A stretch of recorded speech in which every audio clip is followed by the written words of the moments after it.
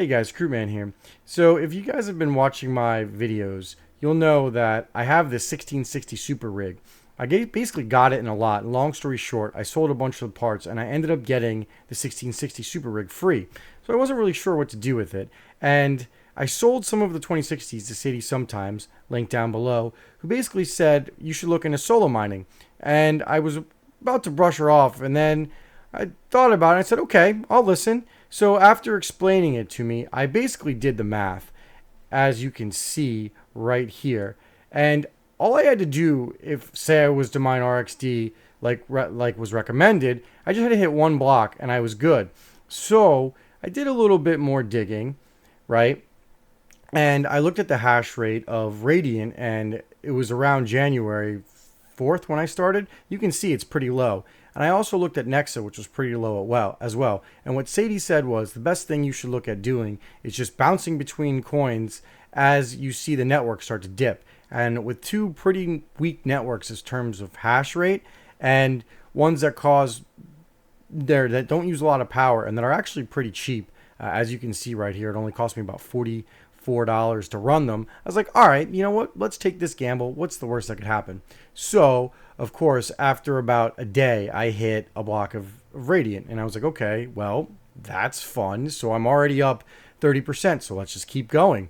So I bounced between Radiant and RXD. And I tried K1 pool, which I wouldn't recommend soloing on. And then I tried another pool, Hero Miners. And I was like, eh. So I basically just stayed on Viper pool the entire time between Nexa and Zill.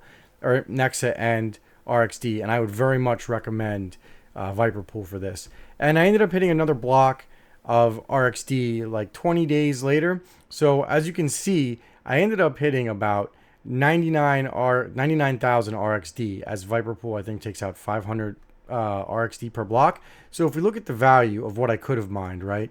So you can see right here it's about $35,554, right?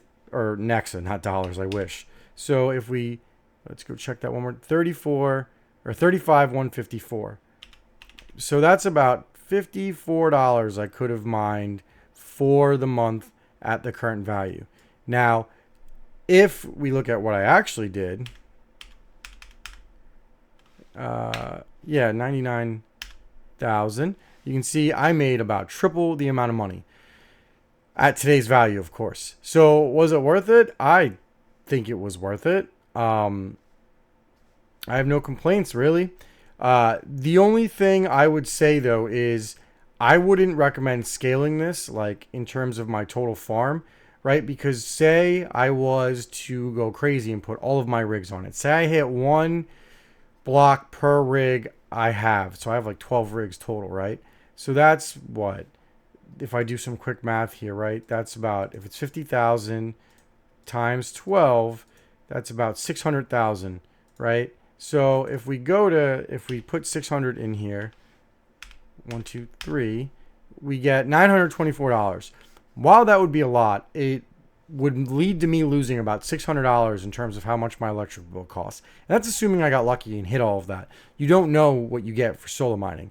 So it would not be a worthwhile investment to do that on a larger scale. Now, if you have like 1 or 2 rigs, why not, right? Like, what is possibly the worst thing that could happen? You miss out.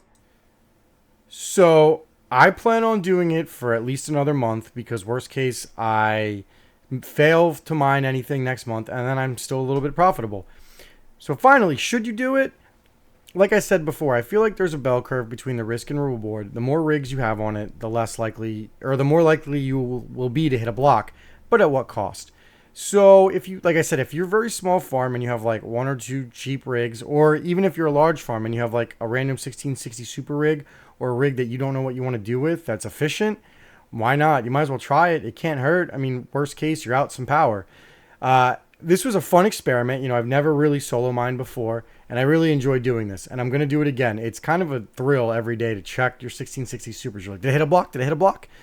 And it's really like thrilling the 2 days that I did hit the blocks. But like I said, you got to make sure you can afford the power. So anyway, guys, I hope you really enjoyed this video. Thank you for watching.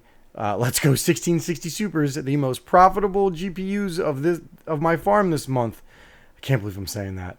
All right, guys, thank you for watching. Please like and subscribe. The march to 2,000 or 3,000 continues. I am so close. I am this close. Help me get to 3,000, guys. Group man, out.